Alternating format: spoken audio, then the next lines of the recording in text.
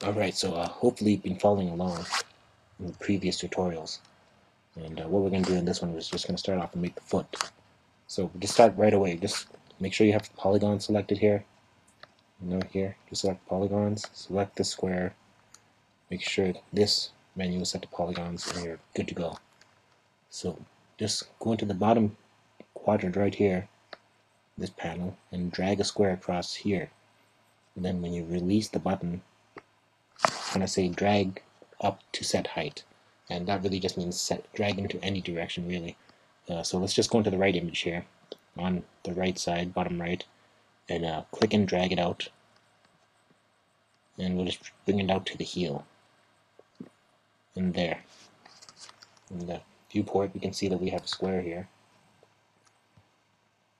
Now what we want to do is just make this rectangle into the whole heel, in the whole sole, in the heel, bottom sole, bottom of the foot, and just drag out. What I've done is selected the vertexes and just drag it out. So you just right click on the shape. Vertex will make these little dots show up. Just select all on the left side. And what that does is select all the points here, and then you just press W to drag it out. You should know this. If you don't, Q is the selection icon right here.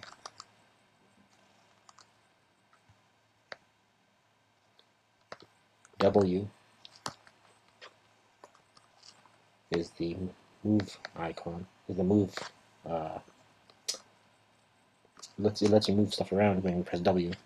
Over here it changes it to move, the move tool. E is to rotate, so over here when you press E it changes to rotate tool. And then R is the scale tool, and you can scale the object, obviously. So that's all you need to know about that, and that's what you'll be using a lot of. One more thing is, for the bottom of the foot here, we have to split it into two, because that's just the way our shape was originally planned. So what we're going to do is we're going to edit the mesh, and we're going to do something.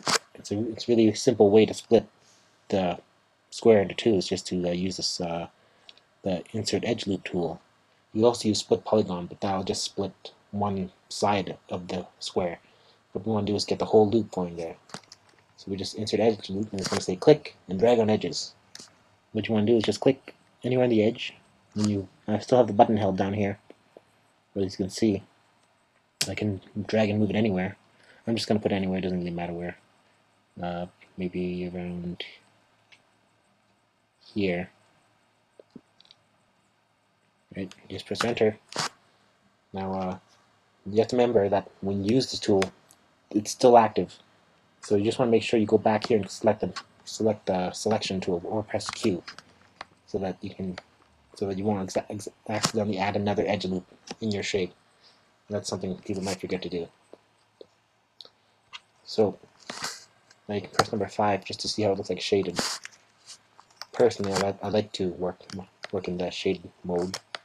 You can select each of these squares and change it to shaded. And right now you're probably wondering, how do I see through the shape? I need to see the drawing. But you can just go to shade and select X-ray in each square. That way you can still see how it looks like shaded, and you can still see through it to see the object that you're using as a reference image. So I'm zoomed in on the foot bottom here, and I noticed that it's kind of it's not exactly lined up. So what I'm going to do is just click vertexes, and I'm going to drag it up. It's not quite right. There it is. Now, what we want to do now is extrude up this shape so that we can make it higher, because right now it isn't. Now, there's different ways to do this. One is you can just select the faces and hold shift to select multiple. So see, I just shift clicked another one, and see, now I got the faces up, and now I can extrude it out into another addition to the shape. But since I'm not going to be using those top parts of the shape, I'm just going to delete them instead. And what I'm going to do is I'm going to start working with the edges. So you can select the whole edge of this shape easily. Like I just deleted this now by pressing delete, but now I'm gonna work with the edges, and you can easily select this by just double clicking this, and then it selects the whole edge. Another way is to go into select, and then there's a thing here that says select border edge tool. Of course, I'm working in a Mac, so it might be slightly different for a PC. So now what you want to do is, now that you have that selected, you want to extrude it upwards. So you just select Edit Mesh and Extrude. And now you'll see the tool kind of slightly changed, but it doesn't really make a lot of sense where it is. So I don't really trust this tool where it automatically centers, so I'll just press W again to make sure I'm selecting the Move tool. And then you can see it, the pivot moves right to the center. So that means it's working properly. So I'll just hold the top, since I'm only want to transform it in the Y-axis. I'm just holding the yellow arrow and pulling it up. As you see, now we have a different shape. It's got some more complexity to it. So as you can see, now we got this big square here, and that represents the bottom part of the foot, slightly above the soles of the shoe. Now I could work with this now and come back later, but I'm just going to go ahead and extrude it again, because I already know how the shape's going to look like. So what I'm going to do is extrude it up again, and as you can see, the pivot moves again, so I'm just going to press W, recenter it, and just click this middle arrow and drag it up again, so up until it's the height of the shoe. So now we got a box here, as you can see in the bottom here. So the height of the shoe, same thing in the reference image to the side here, and another for the back. So if we followed the image exactly, it probably wouldn't look right. So we're going to need a little bit of intuition here. This is where I like to work in vertexes, because when I'm molding the shape of my models, I like to work with vertexes. It makes it's kind of easier. It makes more sense.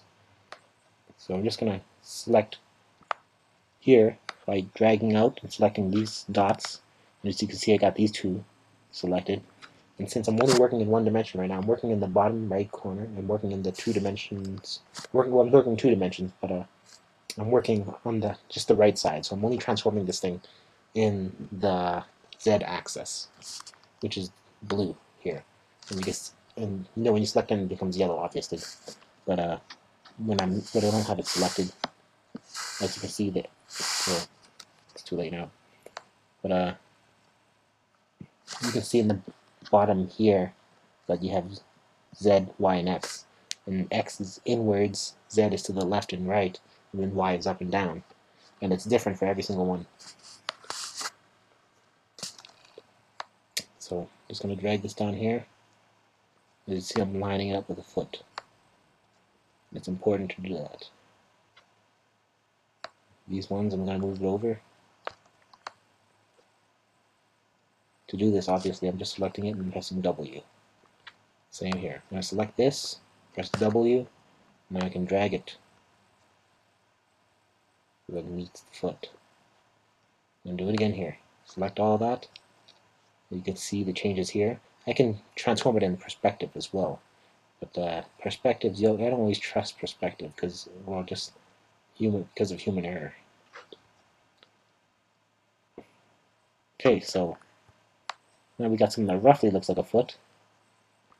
And you notice here that we got a problem here. This little guy down here, he matches up with the sole, but there's a huge bump here missing. It's pretty important, that bump.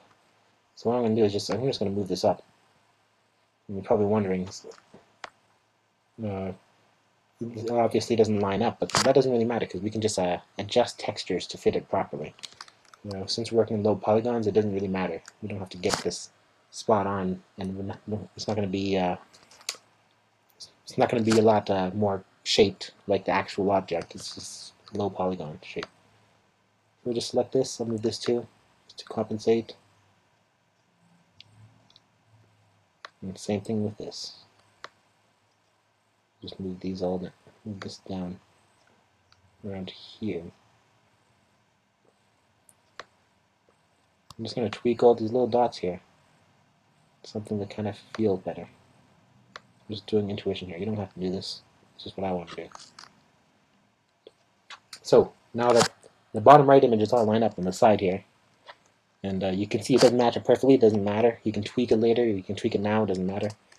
But for now, it's just this is fine the way it is. So in the perspective image, we can see that everything's lined up on the right side of the image, and obviously since we selected both sides of it while we were transforming it, it's lined up on the left side as well. What we want to do is now we've got to line up the front and the back of the foot. Now it's kind of a different story now, because the foot is longer, so that means it's got some more complexity to it on this side. As you can see, we've got, before we were only working with 2 dots, now we're working with 3 dots. We got to make sure all these line up as we transform them on the side of the foot here. So the easiest part right now is just the top, and we know that no dot will ever go past where the image says it does, right? So we can start off by selecting all these dots one at a time, or all 3 at a time, and just lining it up with the image. We will have to make more adjustments. Just select them, just move them a little bit.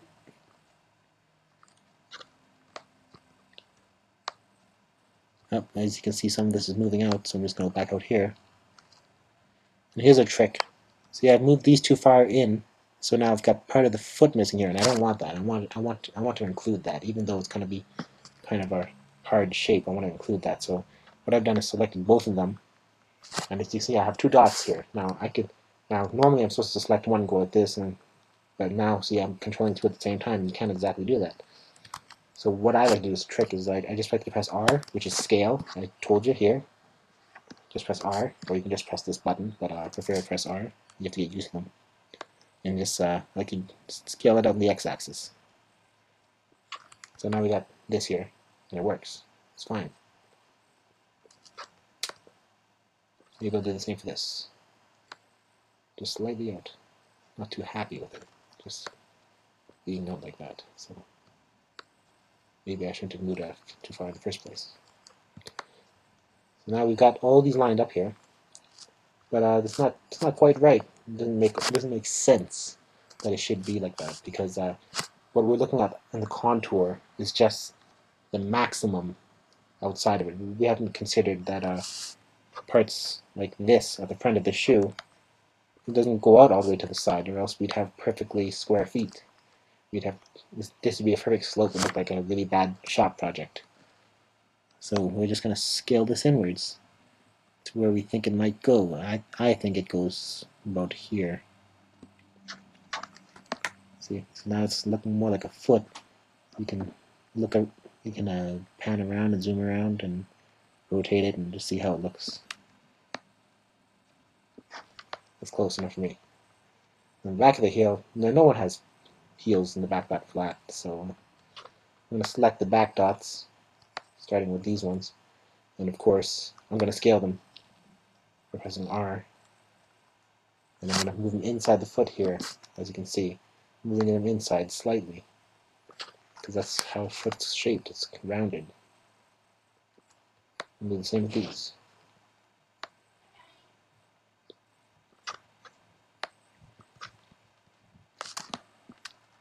Hello. There, now it's closer. I want to get this guy up here in as well.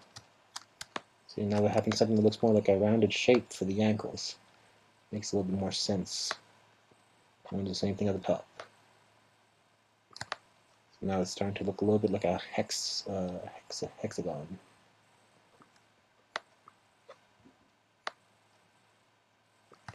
So now we've got one foot here.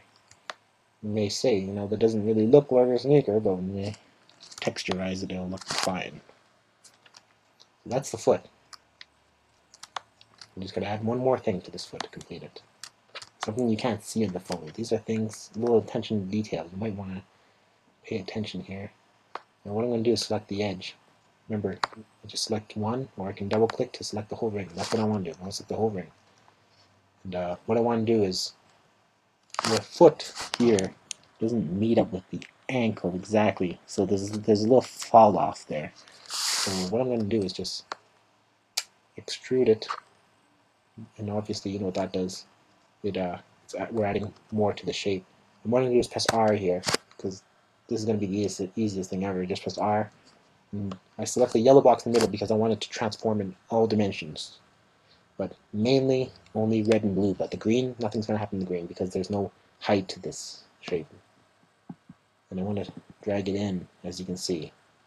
I want to drag it in until it's about the size of the ankle. Right, so I'm just going to drag this up just to show you. As you can see, it's kind of slightly smaller than the ankle, so just want to make sure it's not.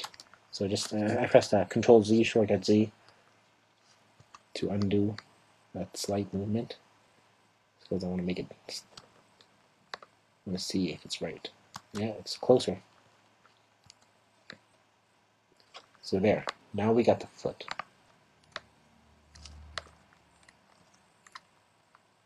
Let's just press Shift F to look at everything. And that's the foot. Doesn't look like much now, but it will when we texturize it.